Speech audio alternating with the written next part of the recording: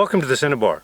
Now, if you watch this channel much, you've seen episodes on just about every type of Winchester lever gun. We've even thrown in some Colt lever guns, some Marlin lever guns, and even a Savage or two. But what's been missing all along is an episode on the old original.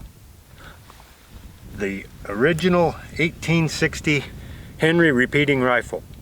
So we're going to fix that today. See, we got this dandy example of a Henry into the shop just recently, and I've just been itching to bring it out here on a nice day and show it off to you folks. So stick around, we'll take a little closer look at this Henry rifle and what makes it tick, and then talk a little bit about the history of the Henry rifle right here in this area. And then we might even run a shell or two through it just to make sure it functions just right. So let's take a little closer look at this dandy old brass frame Henry. Now, brass frame is a collector term that a lot of people use for these in the 66s, but it's actually a gunmetal frame or a bronze alloy. And we see the nice patina that we really look for that shows that it hasn't been polished. We've even got that kind of a metal flake appearance that only comes with age.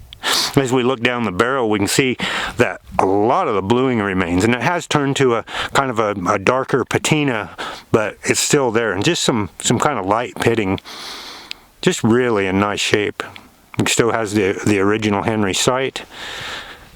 And as we come back here, the one drawback to this gun is that the stock has been just very lightly sanded, and the metal stands just a little proud in some areas, but whoever did it had a very light touch. And of course, the butt plate has that nice patina as well. So really overall, just a dandy example of an early Henry. Now, if you've watched this channel much, you've probably heard me talk about bringing some of these vintage firearms back to their natural environment, back to the area where the early settlers would have used them. But in the case of the Henry, this area wasn't really settled until the early 1870s, until after the end of the Snake Indian Wars that occurred in this area. And those occurred in the mid to late 60s. So there's probably little doubt that some of those earliest settlers brought Henry rifles with them, but we don't have really documentation of that. But we do have documentation that several of the soldiers that fought with General Crook did have Henry rifles with them, and particularly the officers. Now, we don't know if they were government issue or private purchase. I suspect probably private purchase. But a lot of that fighting took place right here in this area, and we do have documentation that right along the rim here, and we don't know exactly where, that there were skirmishes with the Paiute Indians here. We do know that just on the other side of the lake, a few miles down there on the bank of the Shuwakan River, there was a major engagement there, what the Native Americans would probably consider a massacre, because an entire encampment was attacked by the army, and about half of them killed and about half of them taken prisoner. I do think that about 3 of the Native Americans escaped. So there is good documentation that there were Henrys that were actually used in this particular area and in this basin. Now, while this Henry was manufactured in 1864 during the bloodiest time of the Civil War, this one's a civilian version. See, we don't see the provisions for sling attachment here on the buttstock or on the barrel out here. We don't see any of the military cartouches that we would see if it were a government contract purchase. But of course, it's always possible that it would have been a private purchase by an army officer or soldier. Most likely, though, if it had been, it would have had pretty rough usage and not be in as good a condition as it is today. Now, I'm sure most of you know how a Henry loads, and we just take the follower, compress the spring up here, rotate, and then we can drop the cartridges down into the magazine tube this way. It's kind of similar to the way we load a lot of 22s today. Now, it can be tempting to think of this as a really crude way to set up your magazine. But remember the times. This is really fairly innovative.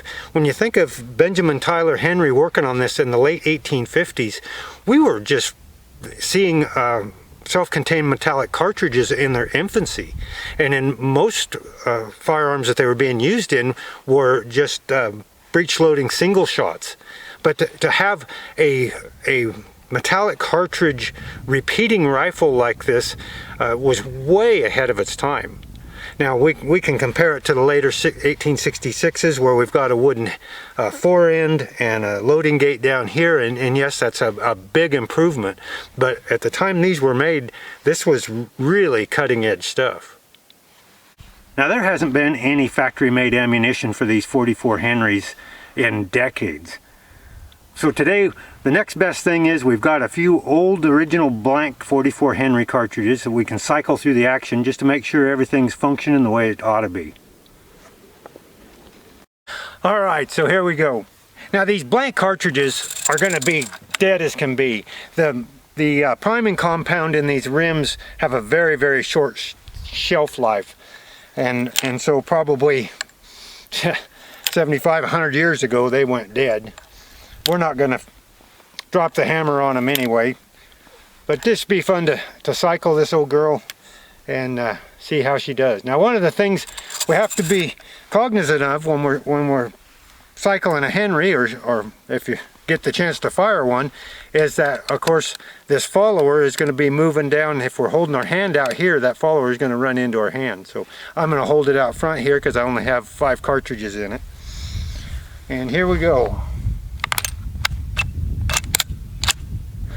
Oh, there we go. Not smooth as silk, but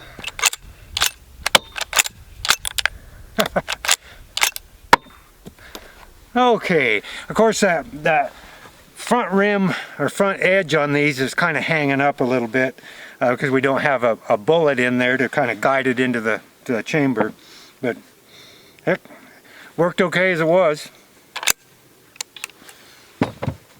Now, if you're interested in these old Henry rifles, there's a couple of wonderful articles in the last edition of the Winchester Collector Magazine, the quarterly magazine of the Winchester Arms Collectors Association. And if you're not a member, you really should consider it. I mean, these magazines alone are worth the price of membership. Now, there's one article on real fancy engraved Hodgson Henrys, and then there's a great article by my friend Darren Jones where he actually broke down some cartridges, reloaded them, and shot them through his old Henry. In fact, he actually took it out deer hunting and killed a deer with it, and there's a picture of that hunt in here too. He's probably the only guy alive today can say he's killed a deer with an original Henry and 44 rimfire. Well, I hope you enjoyed today's episode, and thanks for joining us. Until next time, happy trails from the Cinnabar.